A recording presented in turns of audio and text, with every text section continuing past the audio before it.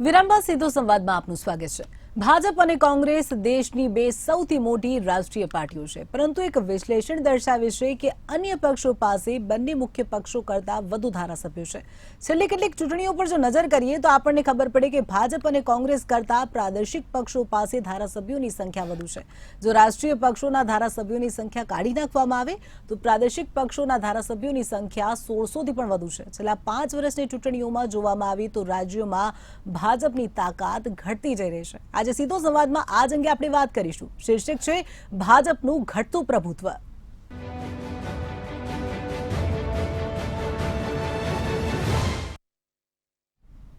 ભાજપનું ઘટતું પ્રભુત્વ ચર્ચામાં આપણી સાથે જોડાઈ ગયા છે સંજય રાવલ, ભાજપ નેતા, અશોક પંજાબી, કોંગ્રેસ નેતા, વાસુદેવ પટેલ, રાજકીય વિશ્લેષક, પ્રફુલ ત્રિવેદી, મંતવ્ય ન્યૂઝના એસોસિએટ એડિટર। પ્રોફેસર, એક વિશ્લેષણ કહી રહ્યું છે કે છેલ્લા 5 વર્ષમાં તમામ રાજ્યોમાં ભાજપની તાકાત ઘટી રહી છે અને એટલું જ નહીં, ભાજપના ધારાસભ્યોની સંખ્યા પણ ઘટી રહી છે। આ અંગે શું કહેશો? છેલ્લે તમે જુઓ તો 2 રાજ્યો ભાજપે ગુમાવે છે, હિમાચલ પ્રદેશ અને કર્ણાટક। આ જેમ એ પ્રદેશ ગુમાવતા જાય છે એના ધારાસભ્યોની સંખ્યા ઘટતી જાય છે, એની અસર આગામી દિવસોમાં રાજ્યસભાના સભ્યોની સંખ્યા ઉપર પણ પડવાની છે। એટલે અત્યારે જે 2 મોટા રાષ્ટ્રીય પક્ષો છે, ભારતીય જનતા પાર્ટી ભાજપ અને કોંગ્રેસ, એના કરતાં જે ક્ષેત્રીય પ્રાદેશિક નાના પક્ષો છે એના ધારાસભ્યોની સંખ્યા ઘણી બધી વધારે છે। જો હું તમને આંકડાઓ સાથે કહું તો ભાજપના ધારાસભ્યોની સંખ્યા 1312 છે, 1312। કોંગ્રેસને 770 છે, ડાબેરીની 116 છે, બીએસપીની 15 છે, આમ આદમી પાર્ટીની 161 છે। આ બધાની સામે નાના પક્ષોના જે અન્ય છે એ ધારાસભ્યોની સંખ્યા 1679 છે। હવે કેટલી વસ્તી ઉપર એમનું પ્રભુત્વ છે એનું જો તમે એનાલિસિસ કરો તો વસ્તીની દ્રષ્ટિએ બીજેપી છે એ 48.8 કરોડ, કોંગ્રેસ છે એ 24.4 કરોડ અને ક્ષેત્રીય દળ પ્રાદેશિક પક્ષો છે એ 55.4 કરોડ વસ્તી ઉપર શાસન કરે છે। તમે જુઓ તો પંજાબમાં આમ આદમી પાર્ટીના 92 ધારાસભ્યો છે, દિલ્હીમાં 62 છે, કેરળમાં એલડીએફ છે એના 97 છે। એટલે જે પ્રાદેશિક પક્ષો છે એનો દબદબો અગાઉ પણ હતો અને અત્યારે પણ છે। એટલે 2024 જેમ નજીક આવતું જાય છે એમ જે ક્ષેત્રીય દળો છે એ પોતપોતાના અસ્તિત્વને મજબૂત કરતા જાય છે કે જેથી કરી એ સત્તાની અંદર પોતાની ભાગીદારી વધુમાં વધુ માગી શકે। હવે જે રાજ્યોની અંદર પ્રાદેશિક પક્ષોની કે પ્રાદેશિક પક્ષો સાથે સાંઠગાંઠ કરેલી સરકારો તમે જુઓ તો બિહાર, બંગાળ, તામિલનાડુ, મહારાષ્ટ્ર, આંધ્રપ્રદેશ, ઓડિશા, તેલંગાણા, ઝારખંડ, મેઘાલય, નાગાલેન્ડ, પોંડિચેરી, મિઝોરમ અને સિક્કિમ, આ બધા રાજ્યોમાં છે એ ક્ષેત્રીય દળો છે એનો દબદબો છે। ખાસ કરીને તમે દક્ષિણના રાજ્યો જુઓ તો ત્યાં ક્ષેત્રીય દળો જ મોટાભાગે ચાલે છે। એટલે જે આખી લોકશાહી પ્રક્રિયા છે અને લોકશાહી પ્રક્રિયામાં તો તમામે પોતપોતાનું રાજ્યોમાં જે તે ક્ષેત્રના જે ત્યાંનો પક્ષ હોય એનું પ્રભુત્વ રહેવાનું જ છે। એટલે 2024માં હવે કોણ કોની સાથે જોડાશે, કોનું ગણિત કઈ બાજુ જશે અને ચૂંટણીમાં આગળ શું થશે એ તો હવે આગામી દિવસો જ કહેશે। જી બિલકુલ। સંજયભાઈ, એક તરફ આગામી વર્ષમાં ચૂંટણી આવી રહી છે અને બીજી તરફ એક વિશ્લેષણ સામે આવ્યું છે જે કહી રહ્યું છે કે ભાજપનું પ્રભુત્વ ઘટી રહ્યું છે અને ધારાસભ્યોની સંખ્યા પણ ઘટી રહી છે। શું કહેશો? એટલે આપણે જોવા જઈએ તો આપણા દેશમાં ઘણા બધા રાજ્યો અને કેન્દ્ર શાસિત પ્રદેશો છે અને આપણા દેશના રાજકારણની એક કમનસીબી રહી છે કે રાષ્ટ્રના હિતમાં વિચાર કરવાને બદલે સંકુચિત રાજનીતિને કારણે પ્રાદેશિક પક્ષો પોતાનું પ્રભુત્વ જમાવવા માટે પ્રજાને ગુમરાહ કરવાનો પ્રયત્ન કરે છે અને જ્યારે કેન્દ્ર આધારિત સારી નીતિઓ હોય ત્યારે પણ એનો વિરોધ કરીને પોતાના રાજ્યમાં પોતાનું અસ્તિત્વ ટકાવવા માટે હંમેશા પ્રયત્ન કરે છે। દાખલા તરીકે આપણે દક્ષિણના રાજ્યોની વાત કરીએ તો જ્યારે એક ભાષાની વાત કરવામાં આવે સંપૂર્ણ દેશની એકતા અને અખંડિતતા માટે, ત્યારે એ પોતાનો અંગત વિરોધ નોંધાવે છે. ત્યાં પણ જુદા પ્રકારની પાર્ટીઓ છે. આ પ્રાદેશિક પાર્ટીઓ છે. આપણે જોયું કે 1990ના દશકથી કોંગ્રેસ પાર્ટી જે ઘણા વર્ષોથી આપણા દેશમાં સત્તામાં હતી એનું પતન પણ પ્રાદેશિક પાર્ટીઓના લીધે થયું.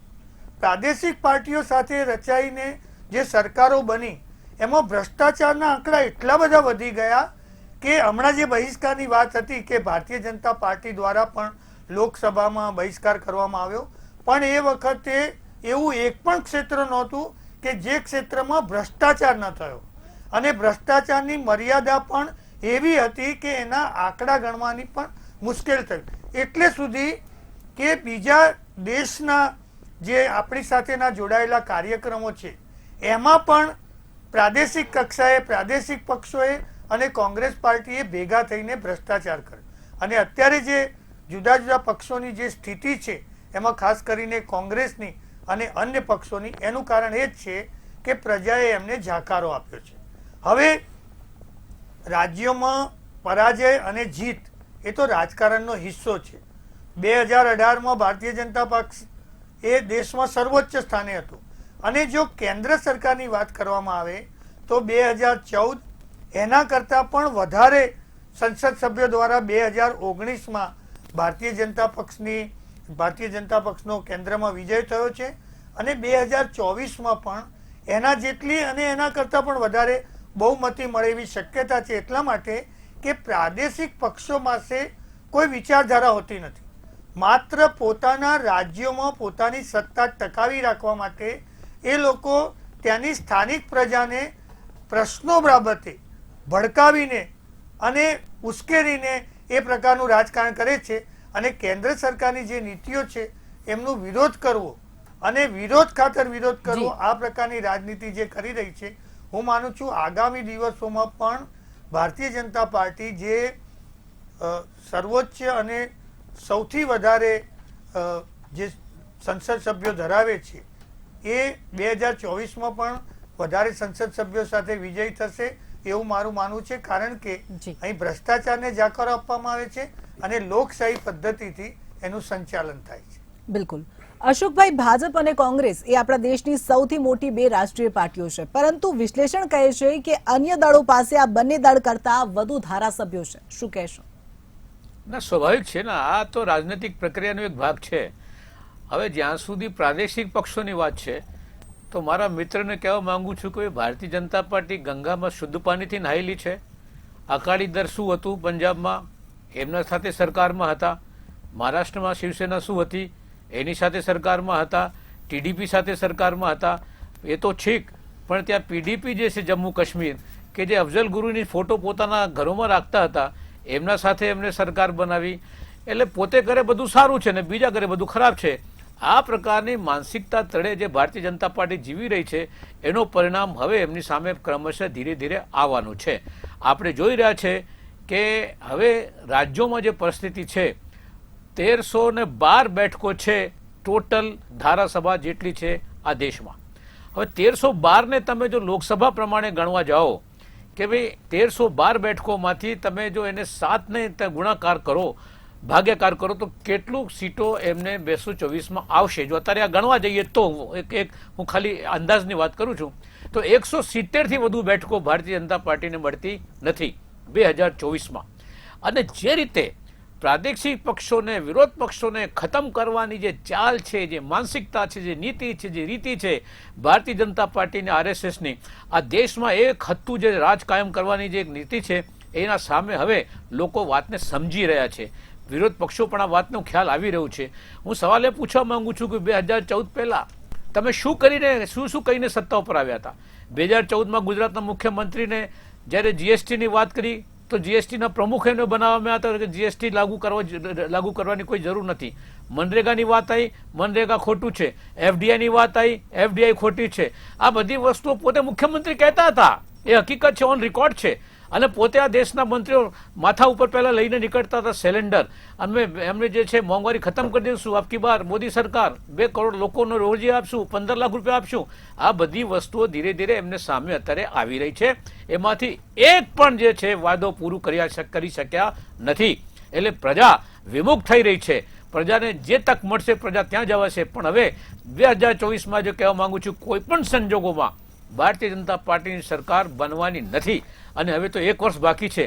1 વર્ષની અંદર તમે જોજો કે કેટલા ગતકડા કરશે ભારતીય જનતા પાર્ટીને, ખાસ કરીને જે વડાપ્રધાન એ આદતન હેબ્યુચ્યુઅલ જે રીતે પોતે રાજ કરે છે એનાથી વધારે લોકો વિમુખ થશે અને ભારતીય જનતા પાર્ટીમાં મોટું ભંગાણ આવવાનું છે, એ પણ તમે જોશો. અને એમ છેલ્લી વાત કરીને મારી વાત પૂરી કરીશ. બનારસમાં આ વખતે વડાપ્રધાન માનનીય શ્રી ચૂંટણી હારી જાય તો એમાં કોઈ નવાઈ નહીં થાય. આ દેશમાં અટલ બિહારી વાજપેયી પણ હારી ગયા છે, ઇન્દિરા ગાંધી પણ હારી છે, અડવાણી પણ હારી છે અને નરેન્દ્રભાઈ પણ ચૂંટણી હારશે. એમાં કોઈ નવાઈ નહીં થાય, કારણ કે જનતા દુઃખી છે, કાયદો વ્યવસ્થા તૂટી રહી છે, બહેનોને ન્યાય મળતું નથી, મોંઘવારી ચરમસીમા પર છે, બેરોજગારી છે, એવી હાલત છે કે બેરોજગારી ખતમ કરવાનું કોઈ એની પાસે પોલિસી નથી. ચીને આપણી જમીન ઉપર કબજો કરી લીધો છે, પણ આજ સુધી ચીન સામે એક શબ્દ બોલવામાં આવતું નથી. આખીની આખી સરકાર આ દેશમાં મૂડીવાદીઓ માટે ચાલે છે, 2 ઉદ્યોગપતિઓ માટે ચાલે છે અને નીચે ખેડૂત અને કામદારો બહુ ખરાબ હાલતની અંદર પહોંચી ગયા છે. એનો પરિણામ 2024માં જોજો, એમને હાર પરાજય નિશ્ચિત છે. બિલકુલ. વાસુદેવભાઈ, 2024માં લોકસભાની ચૂંટણી આવી રહી છે અને તે પહેલા આપને લાગી રહ્યું છે કે ભાજપની મુશ્કેલીઓ વધી રહી છે, તેઓના ધારાસભ્યોની સંખ્યામાં પણ ઘટાડો થયો છે? ભાજપની મુશ્કેલીઓ જે વધી રહી છે એ મુશ્કેલીઓ આપણે ગણીએ પહેલા તો પહેલી મુશ્કેલી ભાજપની સતપાલ મલિક છે. સતપાલ મલિક જે 2 મુખ્ય મુદ્દા ઉપર નરેન્દ્રભાઈએ 19ની ચૂંટણી જીત્યા હતા, એ ભ્રષ્ટાચાર અને બીજો પુલવામાનો એટલે રાષ્ટ્રભક્તિ, આ 2 ઉપર જે એમને જે ઘા કર્યો છે એને કારણે આ મુઠ્ઠી ખુલી ગઈ છે. બીજું, વહીવટી રીતે ભારતીય જનતા પાર્ટી, એવું કહેવાય છે કે કોંગ્રેસમાં ઇન્દિરા ગાંધીએ ઇમરજન્સી નાખી અને લોકશાહી ઇમરજન્સીનું તો પ્રાવધાન હોય છે ને એમને નાખી હતી અને એ વખતે ચોક્કસ પેલું નતું. હું પણ એ વખતે જેલમાં ગયેલો છું, પણ વગર ઇમરજન્સીએ જે ઇમરજન્સી જેવી જે માહોલ બની છે, એટલે એ જે સ્થિતિ થઈ છે, એટલે આખી જે પરિસ્થિતિ જે એને જે બે મુદ્દા ઉપર સતપાલ મલિકે ખોલી નાખ્યા છે, એટલે પહેલી મુશ્કેલી એમની છે. બીજી મુશ્કેલી એવી છે કે સીજીઆઈ વાળી, જે મેં અત્યારે કીધી કે સીજીઆઈ જે પ્રમાણે અત્યાર સુધી વહીવટમાં જે એમને જે રીતે જે સિસ્ટમથી ચાલુ જોઈએ એને બદલે સિસ્ટમથી ઓવર જઈને જે કામો કર્યા છે એ બધા અત્યારે માથે આવી રહ્યા છે. એમાંનું તો એક એમને સ્વીકાર્યો પણ નહીં અને આજે કે દિલ્હીની ઘટના બની છે, ફરી એમને અધ્યાદેશ જારી કર્યો છે.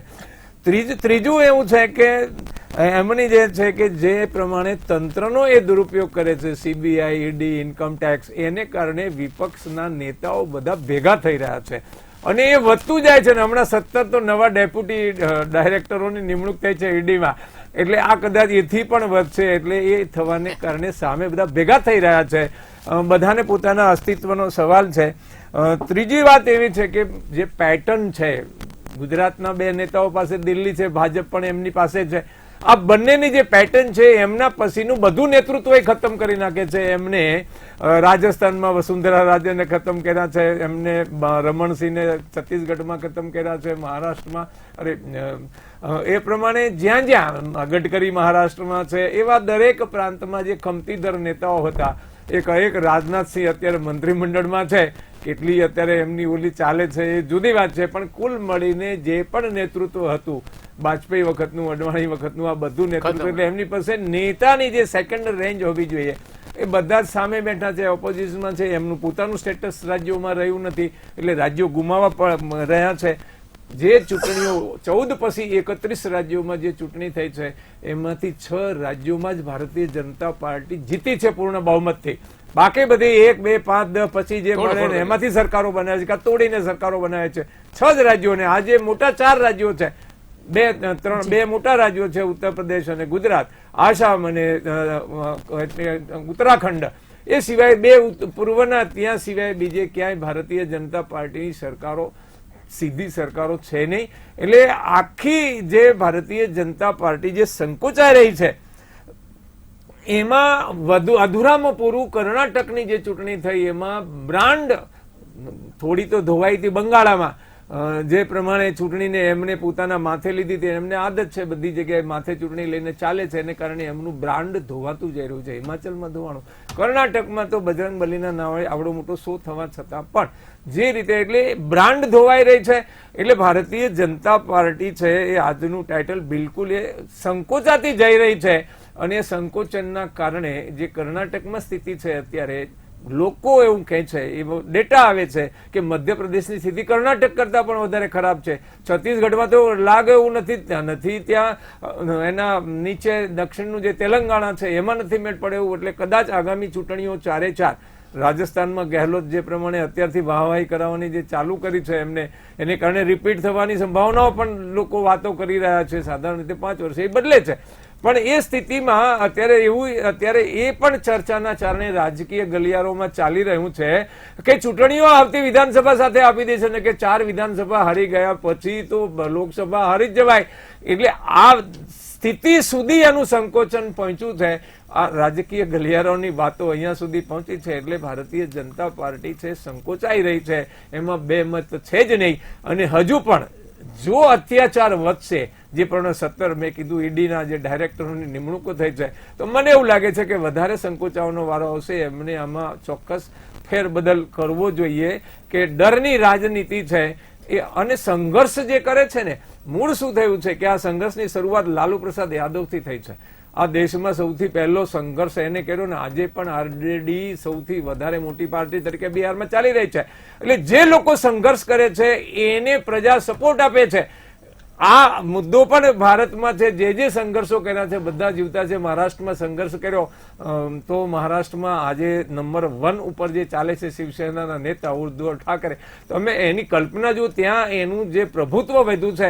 જેટલી પણ ચૂંટણીઓ થઈ છે એ તમે એપીએમસી થી લઈને માર્કેટ થી લઈને બધી ચૂંટણીઓમાં, બાય ઇલેક્શનમાં બધી જગ્યાએ ટ્રીમેન્ડસ જીતી રહ્યા છે. એટલે સંઘર્ષ કરનારને લોકો મત આપે છે. એટલે આ બધું જોતા એવું લાગી રહ્યું છે કે સંકોચન છે એ 24માં નડી પણ જાય. જી બિલકુલ. પ્રફુલ્લ સર, ચર્ચા થઈ રહી છે તે જ પ્રકારે ભાજપનું પ્રભુત્વ ઘટી રહ્યું છે અને ક્યાંક ને ક્યાંક કર્ણાટક વિધાનસભાનું જે પરિણામ છે તે પણ એક કારણ હોઈ શકે. શું કહેશો? કર્ણાટક વિધાનસભાનું પરિણામ ચોક્કસપણે બહુ જ મોટી ચર્ચા જગાવી છે દેશ આખામાં. કારણ કે જે સંજયભાઈએ કહ્યું કે અમે ભ્રષ્ટાચારને જાકર આપીએ છીએ, ત્યાં 40% કમિશનનો મુદ્દો જ અગ્રતા ક્રમે રહ્યો હતો. અને ભાજપને બહુ જ ઓછી બેઠકો મળી, 80-85 મળી હોત તો પણ એનું મહત્વ જળવાઈ રહેત. એમનું મહત્વ ખંડિત થાય એટલી બધી ઓછી બેઠકો મળી.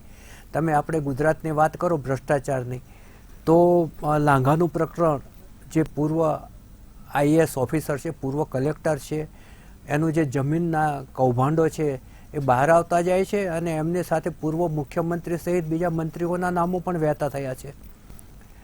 એ જ રીતે તમે જુઓ તો જે રીતે પેપરો ફૂટ્યા હતા એમાં પણ નાણાકીય લેવડ દેવડ થઈ છે. ડમી કાંડ સૌથી મોટો કાંડ છે. એ એટલે ભ્રષ્ટાચાર છે એ સર્વવ્યાપી છે. અને વ્યાપ મોટો છે ને એની ઊંડાઈ પણ ખૂબ, એના મૂલ્ય પણ ખૂબ ઊંડા છે. એટલે કોઈ રાજકીય પક્ષ એમ કહી શકે એમ નથી કે અમારા આ XYZ રાજ્યમાં એટલું જ નહીં, XYZ ખાતામાં ભ્રષ્ટાચાર નથી એમ પણ કોઈ ચાતી ટોકીને કહી શકે એવું નથી. હવે જે પ્રાદેશિક પક્ષો ને નાના પક્ષોની વાત છે ને, એ પક્ષો છે ને એ ત્યાંની જ્ઞાતિ અને જાતિ, પછી પ્રાદેશિક પ્રશ્નો અને ભાવાત્મક પ્રશ્નો, સંવેદનશીલ મુદ્દાઓ, આ બધી બાબતોને કેન્દ્રમાં રાખી અને ત્યાંના જે સ્થાનિક નેતાઓ હોય છે ને એ ત્યાંની સ્થાનિક પ્રજા ઉપર, એમાં ભાષા પણ આવી જાય, જ્ઞાતિ જાતિ બધું આવી જાય.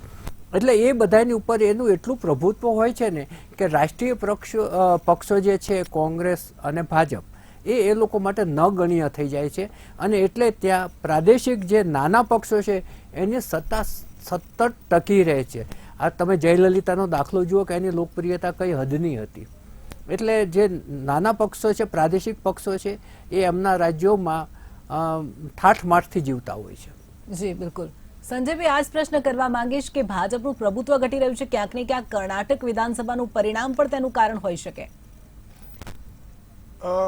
આપણે લોકશાહીના ઇતિહાસમાં નજર નાખીએ અને અત્યાર સુધીની ચૂંટાયેલી સરકારોની જો વાત કરીએ તો 2014 પછી કેન્દ્રમાં ભારતીય જનતા પક્ષનું પ્રભુત્વ સતત વધતું રહ્યું છે.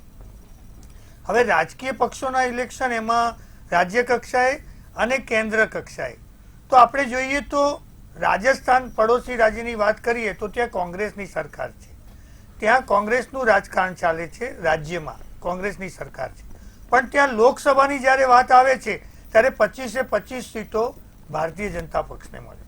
દિલ્હીમાં પણ આ જ પરિસ્થિતિ છે કે 7 સીટો ભારતીય જનતા પક્ષને મળે છે. એટલે આ દેશમાં હાલની જે પરિસ્થિતિ છે રાજકારણની એમાં પ્રાદેશિક રાષ્ટ્રીય પક્ષ તરીકે ભારતીય જનતા પક્ષ ટોચ ઉપર છે અને દેશની જનતા ભારતીય જનતા પક્ષના શાસનને સ્વીકારે છે. એટલે 2024માં પણ કોઈ તકલીફ નહીં પડે અને ભારતીય જનતા પક્ષની સરકાર જ ચૂંટાવાની છે. રહી વાત પ્રાદેશિક પક્ષોની તો આપણે જે રીતે આ મંચ ઉપર પ્રાદેશિક પક્ષોની જે ચર્ચા કરી રહ્યા છીએ તો અંગત સ્વાર્થ અને અંગત રાજકારણ માટે છે. એમાં દેશના મુદ્દાઓને જાકારો આપવામાં આવે.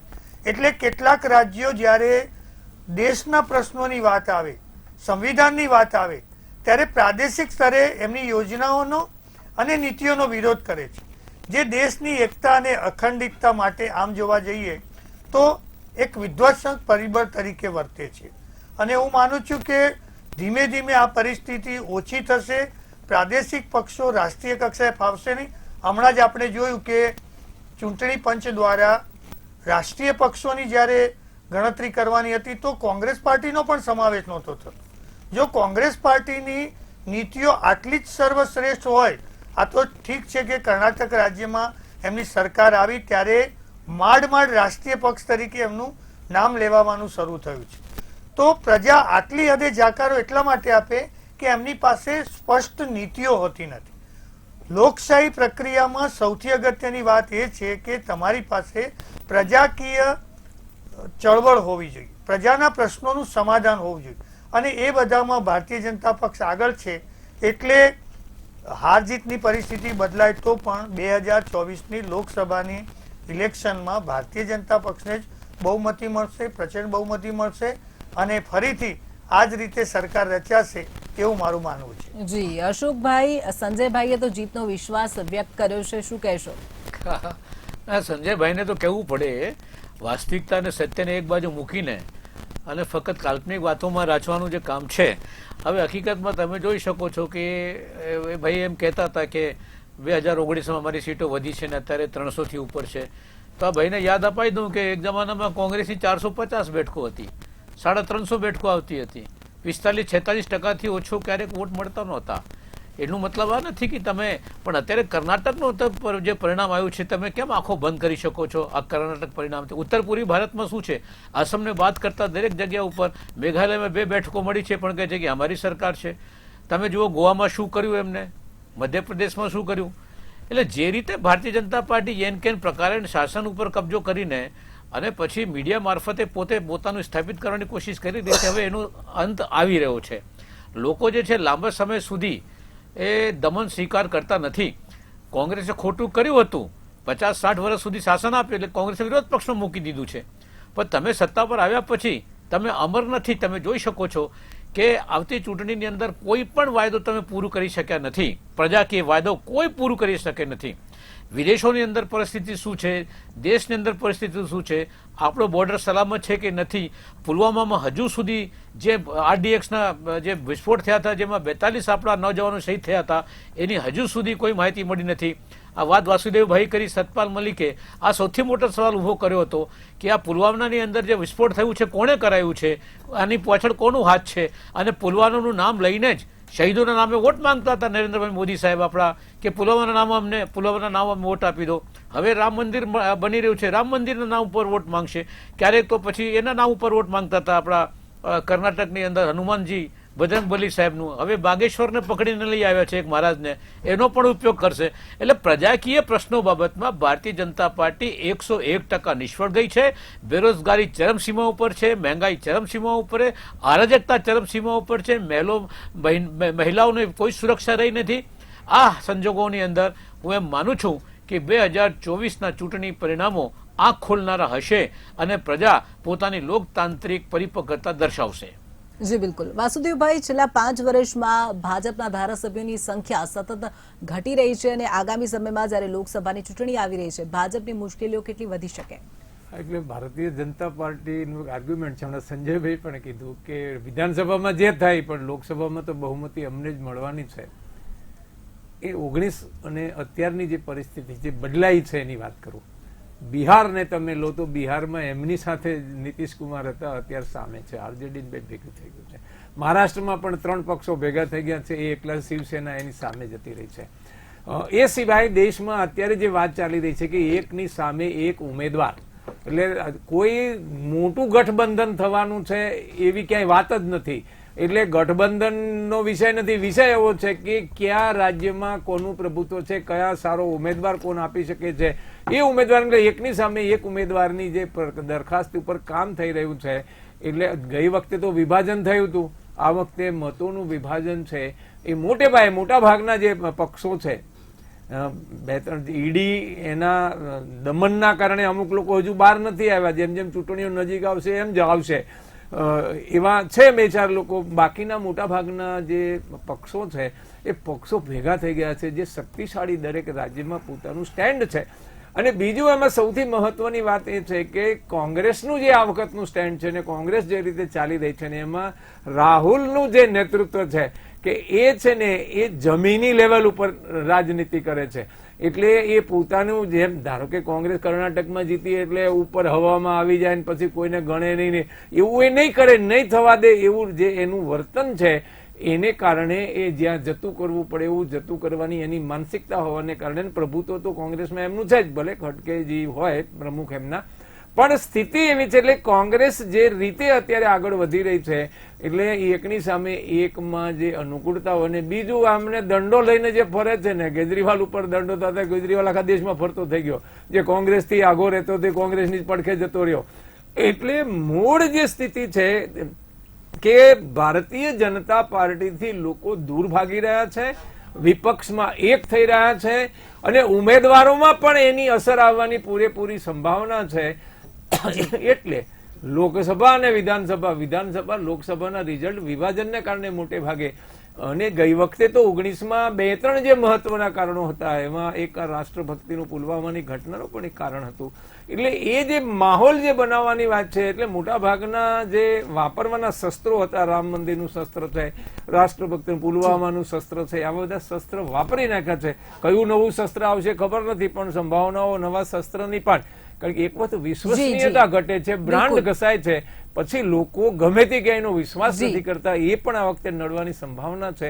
એટલે ભારતીય જનતા પાર્ટીએ ચેતવાની જરૂર છે. વાસુદેવભાઈ, સંજયભાઈ, અશોકભાઈ, પ્રફુલ્લ સર, તમામ મહાનુભાવો અમારી સાથે જોડાયા, મુદ્દે ચર્ચા કરી તે બદલ આપનો આભાર. દર્શક મિત્રો, આપણે વાત કરી ભારતીય જનતા પાર્ટીની મુશ્કેલીઓ વધી રહી છે, ધારાસભ્યોની સંખ્યા ઘટી રહી છે અને 2024ની લોકસભાની ચૂંટણીમાં તેની મુશ્કેલી થશે. સીધો સંવાદમાં આજે બસ આટલું જ. રજા આપશો. નમસ્કાર.